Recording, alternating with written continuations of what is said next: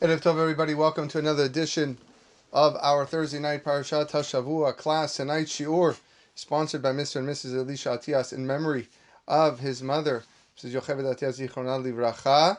May the words of Torah that we say tonight, the lessons that we learn here this evening, be le'ilu nishmata ti nashat rabbi Torah Hayim, and as well protect all of Klal Yisrael. Amen. Keni ratzon. This week's parasha is Parashat Beha'alotecha et Hanerot, and we are going to speak about the first or the opening passage of the parasha, which deals with a very interesting directive to Aharon HaKohen. And I quote you the beginning of the parasha: "Vaydaber Hashem el Moshe lemor." Hashem said to Moshe, saying, "Daber el Aharon ve'amarta elav." Speak to Aharon and say to him, Beha'alotecha et hanerot, when you are to kindle the candles, el mul penei menorah, toward the face of the menorah, ya'iru shivat hanerot, shall 7 lamps cast light. Vayas ken Aharon el mul penei menorah, and Aharon did so toward the face of menorah, the face of the menorah. He'ela nerotea, he kindled its lamps. Kasher tziva Hashem et Moshe, just like Hashem commanded Moshe to do. Okay, so this is the opening passage of the parasha. I'd like to welcome everybody here tonight, listening live on our virtual video conference, or those listening online on the podcast, findingholiness.buzzsprout.com. We have great shiur tonight. So that was the opening passage. Interesting, Rashi here quotes the Midrash, the Sifri. He says, what's the purpose of telling us Vayas ken Aharon? Vayas ken Aharon, that Aharon did so. Would we doubt ever that Aharon would not do so? He's being commanded by Moshe Rabbeinu, his brother, the leader of Bnei Israel, who was commanded by God. So Rashi answers, Le'agid shivho shel Aharon, shelo shina. To tell us the praise of Aharon, shelo shina, that he did not deviate. At first glance, it appears that this midrash is addressing this phrase, Vayas ken Aharon. It's inconceivable that Aharon HaKohen would not do so. So therefore, Le'agid shivcho shel Aharon shelo shina, to tell us that Aharon did not deviate, that he kept exactly and did exactly what Moshe Rabbeinu wanted him to do. Yet the Mefarshim are not satisfied with this answer, because the question still remains. It is even conceivable that Aharon would deviate chas v'shalom from the command that Hashem issued to Moshe. So I want to quote for you a perush tonight in the name of the Shem Mishmuel, in one of the great later commentators of the Torah, in the name of his father, the author of the Avnei Nezer. And he addresses God's directive to kindle the menorah the following way. The Torah tells us, El mul penei menorah ya'iru shivat hanerot. Toward the face of the menorah shall the 7 lamps cast light. This is what he writes. She Shabbat hi dugmat ha-menorah. He writes that Shabbat resembles the menorah. Tlat yomi de kamei shabta, butlat yomi de batar shabta. There are 3 days that precede Shabbat and 3 days that follow Shabbat. Shekulam ponim el Shabbat shehu ha-shevi'i, and all are related to Shabbat, which is the 7th. Dugmat shlosha kenei ha-menorah shemikan ushlosha shemikan ponim el ha'emsa'i.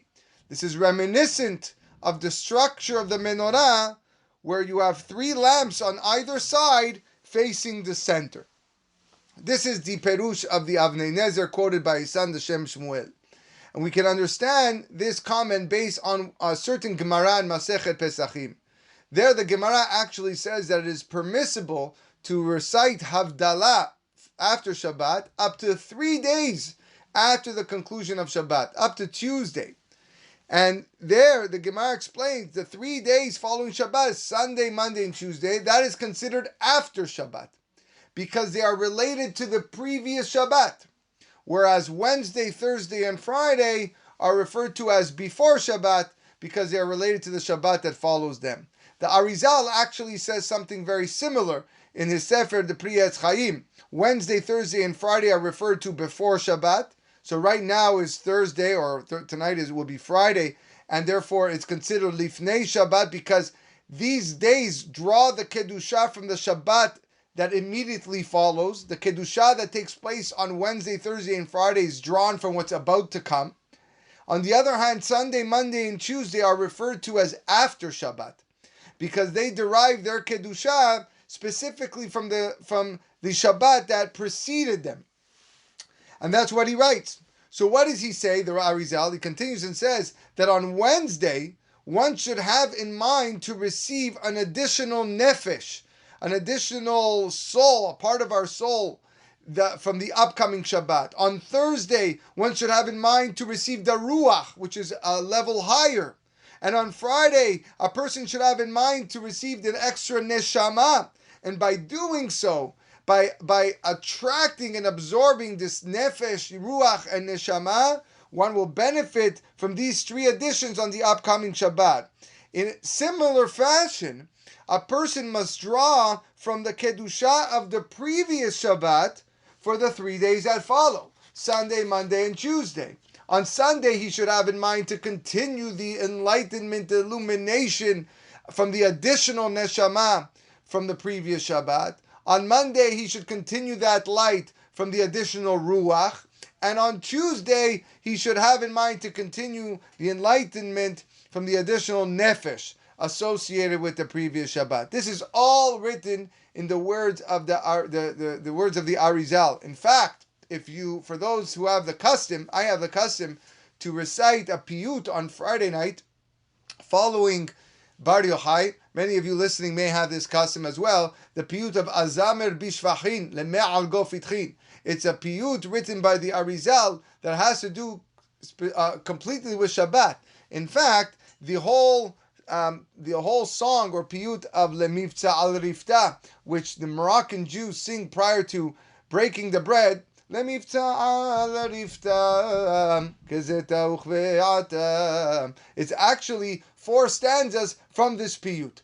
It's the last 4 stanzas, and it's taken away, and it's reserved for the cutting of the bread. But it's part of a longer song called Azamer Bishvachin.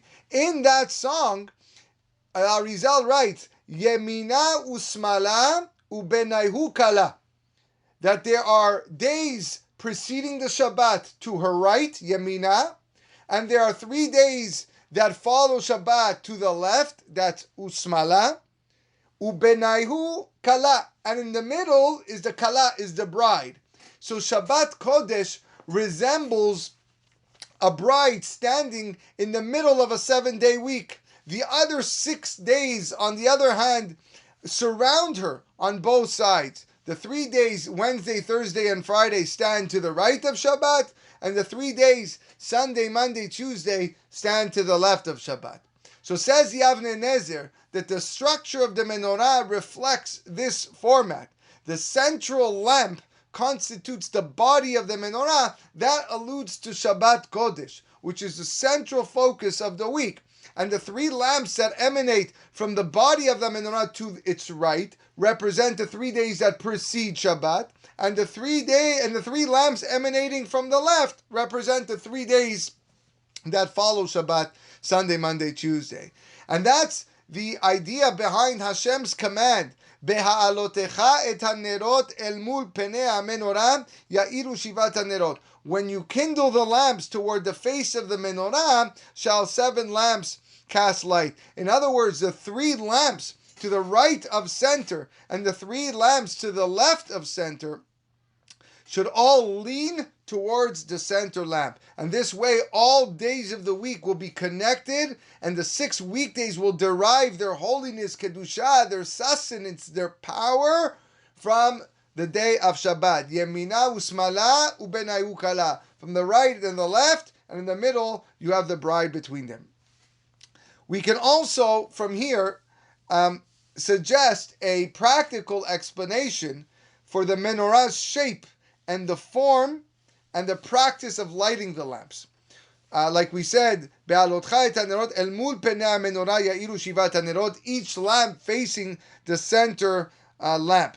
The Bnei Yissaschar, one of the wonderful commentators on Chumash, provides us actually with a numerical allusion, a remez, to the name Shabbat. And he writes that the gematria of the word Shabbat, which is 702, is actually 6 times the total of Malach Hashem. Hashem obviously spelled out Yud Kei Vav Kei. If you take Malach Hashem and you calculate it and you multiply it by 6, it gives you the total of Shabbat 702. So now, what does that mean? So who cares if Malach Hashem times 6 is Shabbat? So look what he says. Unbelievable. Bnei Yisachar. He says, Yitba'er davar, we can explain the following based on the Tikunei Zohar. That the word Bereshit bara Elokim, Bereshit is a anagram. It contains the same letters as Yere Shabbat. The idea of fear of Shabbat. Yere Shabbat. Min shemirat Shabbat kara'ui, a person who keeps the Shabbat properly, yagia hayirah leshomrea bekol sheshet yemei hachol. He will now develop the level of yirat Hashem, fear of God, for the rest of the 6 days of the week. Betireh biskulat Shabbat leyirah, and that's how you will see the segula of yirah. So the midah, this trait of fear and reverence throughout the 6-day work week comes with the keeping of Shabbat properly. Now, concerning those who fear God, David HaMelech writes in Sefer Tehillim, another pasuk that we recite on Shabbat during Pesukei de Zimra, Choneh malach Adonai saviv lire'av vaychaletzem. The malach of Hashem surrounds those who fear Hashem, who fear God. Since Shabbat observance instills yir'ah in the observers throughout the 6 days of the week, we can then infer that they're surrounded, Choneh Malach Hashem, they're surrounded by the Malach of Hashem during these 6 days. So therefore, the Shabbat 702 equals 6 times, 6 days, where the Malach Hashem is surrounding them. Malach Hashem equals 117. 117 times 6 plus the word equals 702. There are many facets to the Torah, and it can be interpreted in many different ways. Malach Hashem, like we said, times 6 equals Shabbat. But look what the Gemara in Masechet Chagiga says, and with your permission, we'll go a little bit deeper here. The Gemara says the following: Shisha devarim ni'emru bivnei adam. 6 characteristics were described regarding human beings. Shlosha kemalachei hasharet. 3 of these characteristics resemble angels. Ushlosha kabehema, and 3 of them resemble animals. So what are these 6? Shlosha kemalachei hasharet, the 3 that resemble the angels. Yesh lahem da'at kemalachei hasharet. Human beings possess understanding like angels. Umehalchin bekoma zekufa kemalachei hasharet. They walk tall and erect like angels. And the last thing, umesaprim b'lishon hakodesh kemalachei hasharet. They speak the holy tongue, the holy language, like the angels. Those are the 3 qualities that human beings resemble the angels of. Shlosha kabehema, what are the 3 that we resemble the animals? So the Gemara says, ochlin veshotin kabehema, we eat and drink like animals. Parin veravin kabehema, we procreate like animals. Umotziin re'i kabehema, and we eliminate waste like animals. So we see man has 2 distinct sets of characteristics. We resemble angels with regards to our understanding, our method of walking, and our speech. And we resemble animals with regards to the way we eat and drink, the way we procreate, and how we eliminate our bodily waste. So it's quite clear that if man doesn't take care to behave properly, safeguard his ways in which we resemble an angel, then God forbid we can easily become far worse than an animal. If that's essentially who we are. For example, he can use these attributes to perform averot. He could use his intellect to think of matters that are prohibited to contemplate. He can use his power of speech to speak lashon hara. So it's obvious then that man's purpose in this world, which is something we've spoken about in the past many times, is to utilize these animal characteristics to resemble that of angels, and to utilize the three characteristics that resembles the malachim in order to elevate and transform the three animalistic characteristics. And by doing so, we sanctify ourselves in all matters that are permissible, and by all performing all worldly matters and human functions for who? Solely for the sake of HaKadosh Baruch Hu. In other words, a person should eat and drink to fulfill the fulfill the mitzvot that are involved with eating and drinking. We fulfill the mitzvah of procreation with kedusha and purity, l'shem shamayim, and that's actually what's codified in Shulchan Aruch Siman Reish Lamed Aleph, where he talks about that. If one's eating and drinking is for the sake of heaven, then the elimination of human waste is also for the sake of heaven. Now, this is beyond what we think right now. I'm going to the bathroom. How is that for the sake of heaven? It all started when you ate. If you ate properly, benachat, and you said your beracha before and after, then even when you eliminate your waste, it's l'shem shamayim. Why are you eating? It's to give you strength for avodat Hashem. So yes, you eliminate your waste, l'shem shamayim. By separating the waste products from the food that one consumes, you're separating the good and the bad. And this is actually what the great Rav Tzadok HaKohen, the Pri Tzaddik, talks about. He says that when the Nachash HaKadmoni, the original snake, the root of the serpent's corruption, was to introduce cravings into the realm of human consumption. And as a result, this created waste and excess from the food that was consumed. The man, for example, which is also spoken about in this week's parasha, we learned that the man was totally pure. It came from Shamayim. Because it was totally pure, it was absorbed entirely by all 248 limbs of the body. Because there was nothing bad about it. There was no need to expel anything from your body. While Adam HaRishon was still in Gan Eden, prior to being corrupted by the sin, there was no waste generated by the consumption of the food that he ate. That was the same thing with the man. The situation changed because of the Nahash. The elements of craving and self-gratification was introduced by that serpent. And that created excess and waste. But if man is able to sanctify himself in the service of God, he elevates himself to resemble an angel. And that's what the Targum Yonatan says with regards to actually the mitzvah of tzitzit, which we're going to read in next week's parasha. By remembering and performing all the mitzvot, you will be like the holy malachim, the holy angels that serve Hashem, your God. So what do we conclude from here? The purpose of man's creation, Rabotai, is to utilize all 6 characteristics. The 3 in which he resembles an angel, and the 3 which he resembles an animal, to sanctify himself completely. After sanctifying the 3 areas in which a person resembles an angel, which is his understanding, his manner of walking, and his speech, he should use them to now sanctify the 3 animalistic characteristics. And a person should have in mind that all the activities of his in this world are devoted solely to the Avodat Hashem. And then your entire being will resemble that of a malach. We've already talked about tonight what the Arizal said about Shabbat, how it influences the rest of the week, which is with its kedusha. It influences the 6 days that surround it on the right and the left. Yemina usmalau benayu kala.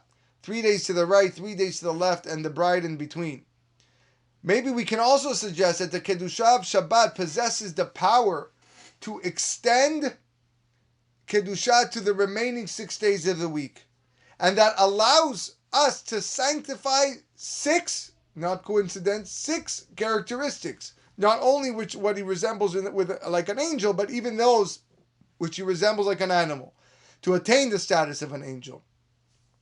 And that is the rationale underlying the mitzvah of Oneg Shabbat, of delighting in the pleasures of Shabbat. The Yeshayahu Navi, the prophet Yeshayahu Isaiah, says, "Vekarata la Shabbat oneg." If you proclaim Shabbat a delight, and here the Gemara in Masechet Shabbat famously writes, "Kol ha'me'aneg et Shabbat notnin lo nachala beli mesarim." Anyone who delights in the Shabbat is rewarded with portion without boundaries.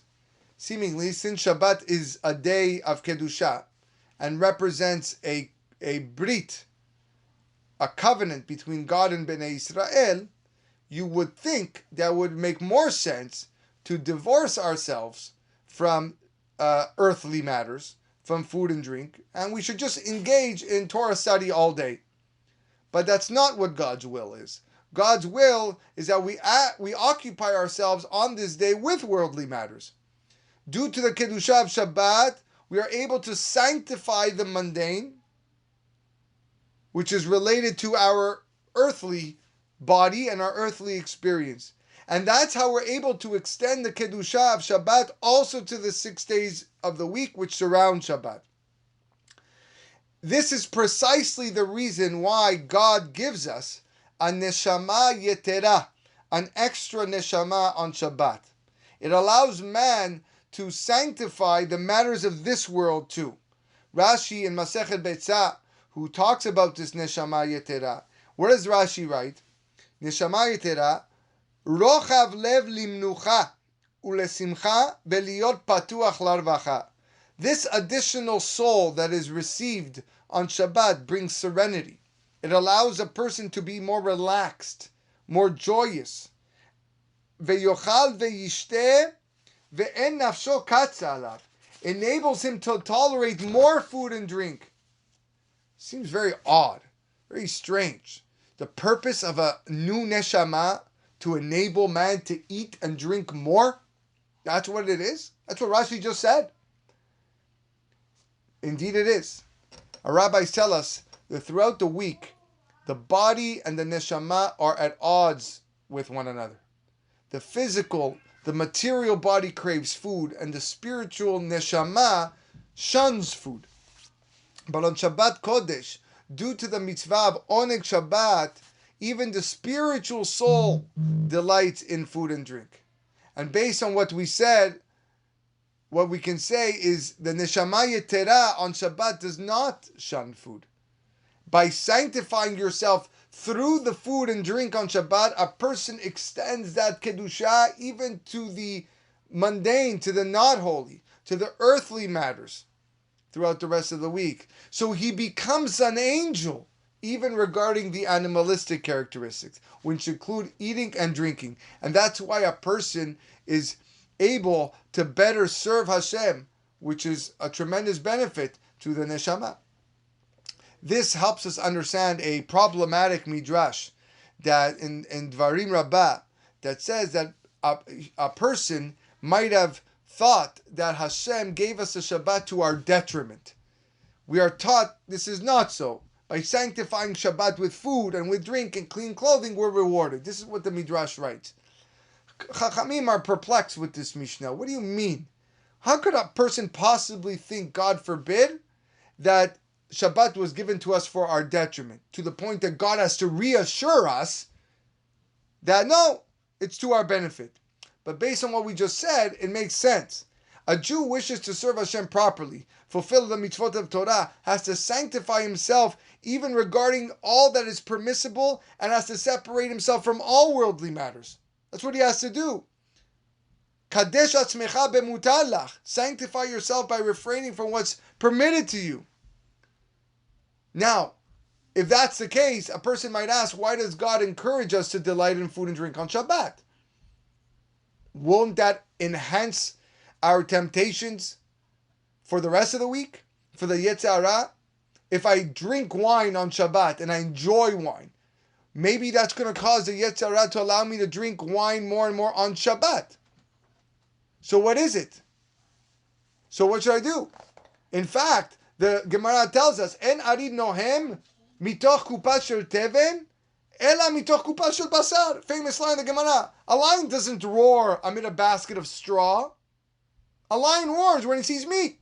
So the more that I indulge myself in the physical pleasures, technically it should lead and spread more and more and more. So that's why the Midrash tells us, you might have thought that I gave you Shabbat to your detriment, that it would have a negative effect on your spirituality. But in truth, I gave it to your benefit. It has the exact opposite effect. By sanctifying yourself on Shabbat with food and with drink in honor of the Shabbat, a person draws upon himself a level of Kedusha that enables himself to remain sanctified even during the regular 6 days of the week. And you resemble an angel in all 6 characteristics that describe the human being. That's the meaning of the Midrash. You sanctify the Shabbat with the food and the drink and with nice clothing, and I will reward you. Nachala beli metzarim, the Gemara says, a portion without boundaries. That has to be what it means.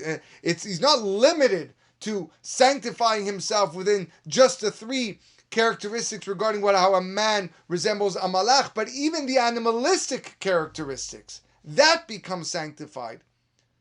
How we resemble an animal, yes, that could be sanctified. That could be made holy as well. The Zohar even writes, Kol bircha'an del aela vetata beyoma shvi'ah talyan. All the berachot, both from above and those below, depend on the 7th day. What does this mean? All the berachot from above and below. What's above and what's below? So based on what we said, maybe the berachot from above refers to the 3 ways that man resembles an angel. And the berachot from below are the ways that a man resembles an animal.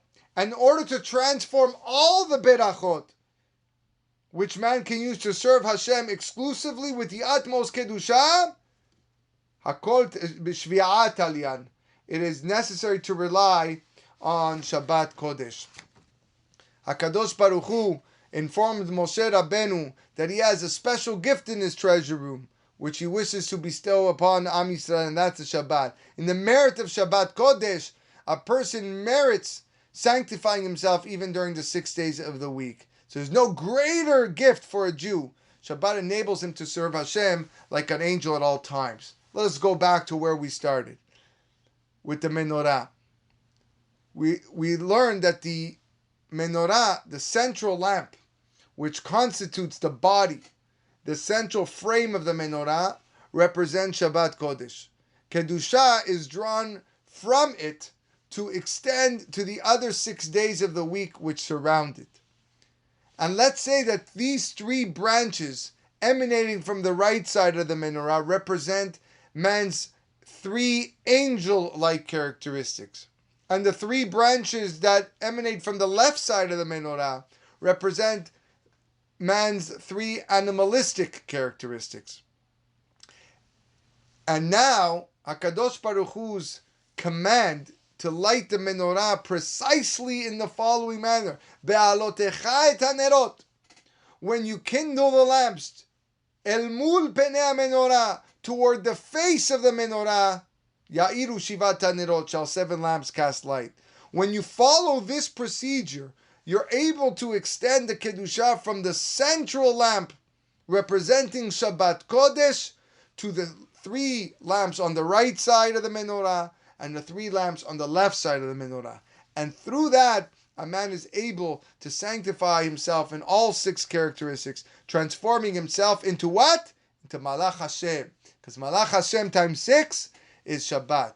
And obviously, Aharon HaKohen did not require the Kedushat of Shabbat in order to sanctify the 6 characteristics corresponding to the 6 branches of the menorah. Aharon HaKohen was a Kohen Gadol. He already was 100% pure. He already had tremendous Kedusha. He was already detached and separated from the matters of this world. The Chinuch explains the Torah prohibited the Kohen Gadol from becoming Tameh even for the sake of his parents. Because why? Because the Kohen Gadol resembled the Kodesh HaKodashim. He was supposed to be totally devoted to Avodat Hashem, spiritual service. And therefore he had no choice but to separate himself from the worldly matters. So Torah did not even permit him to become tameh, even on account of his relatives. But yet, Torah tells us, Vayas ken Aharon. And Aharon did so. El mul penei menorah he'ela nerotea kasher tiva Hashem Moshe. Toward the face of the menorah, he kindled its lamps as Hashem had commanded Moshe. Due to his extreme humility, he felt that it was necessary for him to sanctify by means of the menorah. That's what Rashi here says. La'agid shivcho shel Aharon shelo shina. To tell us the praise of Aharon, that he did not deviate. Even though he himself didn't have to do so. He did not require that form of sanctification, but he did it anyways. And that is the incredible remez, the incredible allusion regarding the name Shabbat. Malach Hashem multiplied by 6 equals Shabbat. Due to the Kedusha of Shabbat, a person merits elevating the 3 animalistic characteristics to become angel-like. And therefore, he resembles a Malach Hashem like that. And that is conveyed by the word Shabbat. I thought a beautiful idea that I want to conclude in Rav Shimshon David Pinkus Zecher Tzadik Libracha, along the lines of this concept of Oneg Shabbat. And he says something very similar. And he says, focus on what this mitzvah is all about. At first glance, it seems that, this is against our actual service of God. Like we said, when you build the body, you're destroying the soul. When you indulge the body in physical pleasures, the more we indulge in physicality, the more we distance ourselves from spirituality. A tzaddik eats just enough to sustain himself. He doesn't indulge in delicacies. Let's say a person passes by a restaurant after having eaten lunch, and he's not hungry. He just wants to enjoy something good. Or he sees an advertisement about a new kind of ice cream, and he feels, I have to taste it. Pursuit of pleasure just for pleasure's sake is destructive to the neshama. All this applies on weekdays, R Pinchas writes. On Shabbat, it's a mitzvah. Hashem commands each Jew, V'karata la Shabbat oneg. On Shabbat, we are told to enjoy food. And Baruch Hashem, we have the members of the household doing whatever they can to make the food as tasty as possible. Why do we have such a mitzvah? What do we have to gain spiritually by sitting down to enjoy a tasty meal? Let's take this question further, he says. He says, Yom Kippur is also called Shabbat. It's called Shabbat Shabbaton. But on Yom Kippur, we eat nothing at all. We fast. It's a day that's completely spiritual. So if so, why do we indulge on delicacies on Shabbat? It would seem more appropriate to recite Kiddush over a book of Tehillim. We should set the table with Gemara, Mishnayot, with Chumash, instead of meat, fish, cake, and ice cream to express the beauty of Shabbat. Why are we eating like this? What's the purpose of this? So he explains there's a fundamental difference between the day of Shabbat and the day of Yom Kippur, although they are both called Shabbat. He says Yom Kippur is a day for us. It's a day where we achieve the highest level of Kedusha. And when we generate Kedusha, we give up everything for Hashem, out of love for Him. That's why Yom Kippur is called Shabbat, Shabbaton. Not only do we refrain from working, we even abstain from eating and from drinking. It's a day of pure ruchniut, pure spirituality. If Shabbat were a day for us as Yom Kippur is, you're right, we would fast, forego pleasure. And we would surely gain more by doing so. So why don't we do it? Because Shabbat is different. It's something else altogether. And he gives an example. Imagine a Jew receives the honor and privilege of being hosted by a great tzaddik. Let's say you were invited to the house of the Baba Sali. You were invited to his house. A monumental Jewish personality, a monumental Torah figure.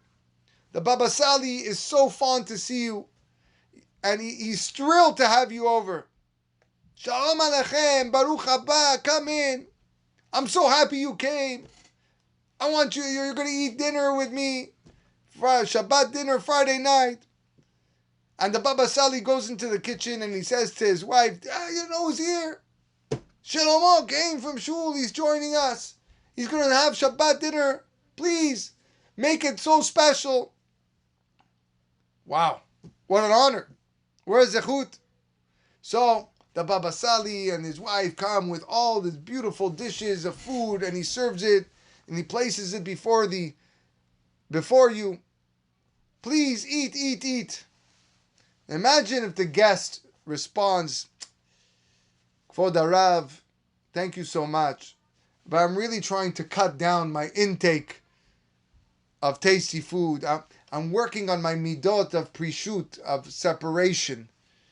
And I'm not into the physical pleasures right now. Maybe if you have a dry piece of bread and just a cup of water, that'll be fine for me.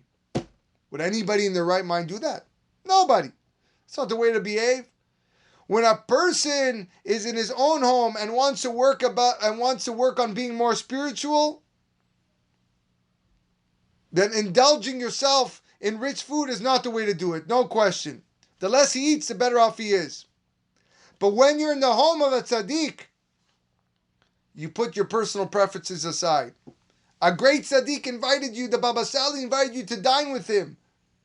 Your own desires pale in comparison to a tzaddik. The guest needs to stop and think about what he wants and focus on the tzaddik wants. That's the proper reaction. One should not refuse a great person. Your avodah at that moment is to push aside what you want and do what he wants. So here's the chidush, says R Pinchas. When Yom Kippur comes, we focus on our avodat Hashem, and that calls for fasting. But when Shabbat comes, we're not in the center of the picture anymore, because we're in Hashem's house. Shabbat is a house of Hashem. We are guests at His table. And He says to us, V'karat la Shabbat Oneg. I want you to enjoy my delicious food. And the halacha is, one does not refuse a great person. We put aside what we want and do what Hashem wants. And that is the mitzvah of Oneg Shabbat. Rabotai, Oneg Shabbat is one of the great, wonderful, amazing mitzvot we have of Shabbat. Often people look at the day like it's a burden. I can't do this, I can't do that. Away from technology. Oh, it's a longer tefillah. Oh, day's too long. Oh, again eating. Do you know what is involved in this food? Do you know how this can affect you the rest of the week?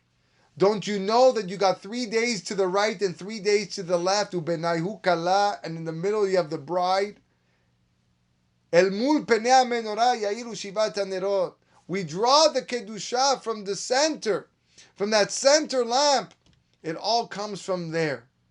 And hence, our mindset, what we think, what we believe during these holy meals, tomorrow night on Leil Shabbat and Shabbat morning and Seudah Shalishit, 3 meals with the opportunity to sanctify ourselves, with the opportunity to take our animalistic characteristics of food and drink and sanctify them to the point that we are like malachim. Ki malachav yitzav elach u'shmorcha b'chol derachecha. That's how we begin Shabbat. And the angels are there. They enter our house and they see the table. And they say, wow, this is the table, this is the food, this is what they prepared for our Kadosh Baruch Hu. Next week it should be the same. And that's the beracha the angels give us as Shabbat enters. Why would they give us a blessing on something physical? The angel is so spiritual, there's nothing physical about it. It's because it's not, because we're sitting on God's table. We would never refuse HaKadosh Baruch Hu. We would never refuse a great tzaddik. We're no longer thinking for our own personal and physical lusts and desires. It's a spiritual desire to come closer that will expand and broaden our week to the point where every day of the week is a new candle. Every day, Sunday, Monday, and Tuesday is drawn from the Shabbat before, and Wednesday, Thursday, and Friday is drawing from the Shabbat ahead. Be'ezrat Hashem, we have the koach, we find the strength to change our mindset, to look at the food on Shabbat and the drink on Shabbat, to bring us closer to HaKadosh Baruch Hu, so that each and one of us, Kiner Hashem Nishmat Adam, every candle is our own neshama, is the purest form. And that's what the mitzvah given to Aharon was. Shelo shina. Aharon understood that, but he didn't care. He did it. He wanted to show Klal Yisrael the importance of focusing on the middle, focusing on the day that emanates and shines all the other candles. Bezrat Hashem will be zocheh to that and much more blessing in our lives, in our families' lives, in the lives of Klal Yisrael. Amen. Ken Yiratzon. Wishing everyone a wonderful evening. Good night.